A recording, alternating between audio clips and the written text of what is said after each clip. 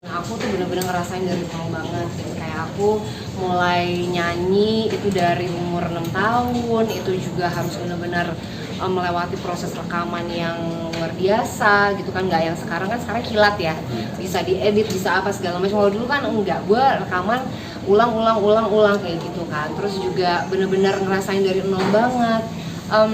Dibayar 50.000, dibayar mulai dari 75.000, kemana-mana keluar kota, naik mobil, naik bis. Itu aku pengalaman itu waktu zaman remaja itu sama Indra Bekti, sama Luna Maya, itu aku bareng-bareng karena kita di model majalah, kita sama-sama di sana. Jadi benar-benar mungkin banyak yang ngomong mentalnya tuh lebih beda, bukannya aku ngomong artis-artis yang instan itu mentalnya lebih gimana gitu ya dari kita, enggak, cuman mungkin kita ini yang benar-benar ngerasain banget dari bawah, dari nol, bisa lebih menghargai gitu bahwa kita memang berkarir itu harus punya karya juga, walaupun sekarang memang harus ada sensasi ya gitu kan. Cuman balik lagi, sensasinya juga seperti apa dulu, boleh sensasi tapi tidak melupakan karya juga. Oke, dengan predikat ada juga dari turun temurun jadi keluarga artis nih menurut lu?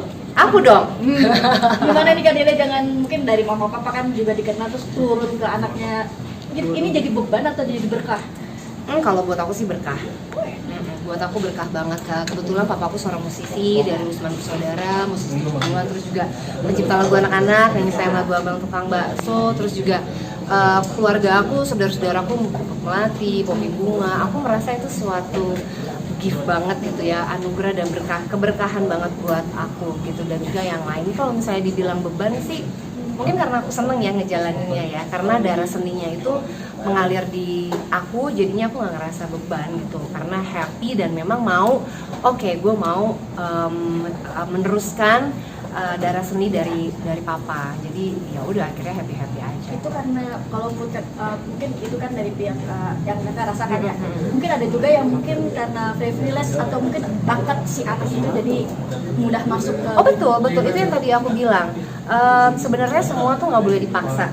Kayak aku nyanyi dari umur 6 tahun itu karena memang papaku melihat aku suka nyanyi gitu loh, suka nyanyi terus suka, akhirnya diikutin lomba nyanyi, dan akhirnya karena kebetulan papa produser musik anak-anak sendiri, ya udah akhirnya masuk label papa aja. Akhirnya waktu anak-anak kan aku ngeluarin 18 album gitu. Nah itu karena memang ya karena suka gitu, karena dilihat sama orang tua ada bakat.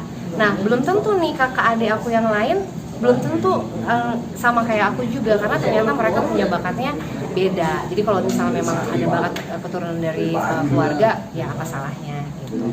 Terus abis itu untuk karya sendiri mungkin jadi kayak takut dibanding-bandingin nggak sih?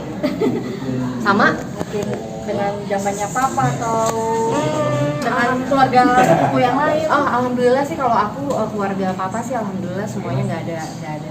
Kalau dari aku ya, kalau dari keluarga aku sih nggak ada yang coba dong kayak si ini bisa begini bisa begitu, enggak sih gitu. Karena memang apa ya, kalau digituin akhirnya jadi beban ya buat aku juga ya. Jadi memang, tapi nggak tahu kalau dari pihak yang lain, tapi kalau dari keluarga aku sendiri sih. Berarti sah-sah aja kan? Iya, malahan saling mensupport. Kalau misalnya ada keluarga, misalnya sepupuku malah dia di sinetronnya atau apa lebih sukses, kita malah saling support gitu loh. Ternyata dia sukses ya di karir yang ini, berarti itu jadi motivasi buat aku. Berarti sah-sah aja jadi artis lewat jalur turun temurun. Sah-sah aja jadi artis lewat jalur turun temurun. Gak apa-apa. Tapi suka dukanya gimana Kak? Maksudnya Suka-duka. menjadi seorang artis ini kan maksudnya Kakak udah dari kecil, terus lika-liku kehidupannya juga naik turunnya. Aduh, naik turun sih yang pasti udah ngerasain banget ya Mas ya. Yang pasti mungkin ini juga banyak dirasain sama teman-teman yang lain, karena yang lebih sulitnya tuh menurut aku memaintain, Ya. menjaga supaya nama tuh tetap stabil tuh gimana caranya.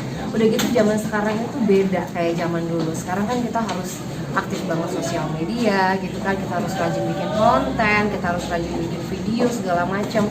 Awalnya sih aku ngerasa kayak gila nih, gue bisa nggak ya ngikutin perkembangan zaman gitu. Cuman alhamdulillah lagi-lagi karena hati aku masih mau di jalur ini, itu yang bikin aku aku ikutin perkembangan zaman nih gimana, berarti gue harus begini, harus begitu. Jadi memang susah gampang sih, balik lagi semuanya ke niat. Kak, kondisi terpuruknya waktu itu kalau boleh tahu lagi di saat seperti apa sih? kondisi terburuk yang pasti Utara. Ya, lanjut ya. Curang ya, kamu langsung jalan ya. Lanjut. Apa tadi? Kondisi terburuk. Gak usah semuanya gitu. Ya. Kondisi terburuk sih ya banyak lah ya, kayak misalnya di saat pergantian hijrah aku dari nggak pakai hijab, berhijab itu kan butuh proses. Terus juga dari single habis itu menikah, habis itu bercerai lagi, itu kan juga menjadi suatu berita di dalam hidup aku sebagai seorang Delia gitu. Itu sih apa ya? Sempat jatuh bangun gitu kan, juga, tapi alhamdulillah semuanya bisa dilewati. Kak, ini dapat kabar info-info katanya dia balikan lagi sama mantannya ya, terus rencananya mau nikah lagi. Waduh. Siapa? Mantan yang mana? bener sih? Mantan yang mana? Yang kemarin yang terakhir. Mantannya banyak loh. Aduh, yang terakhir. Mantan yang mana? Kan sempat Intinya bener atau enggak? sempat Bener atau enggak? udahan terus habis itu infonya balikan lagi. Bener nggak sih, Kak? Besok aja nih kita.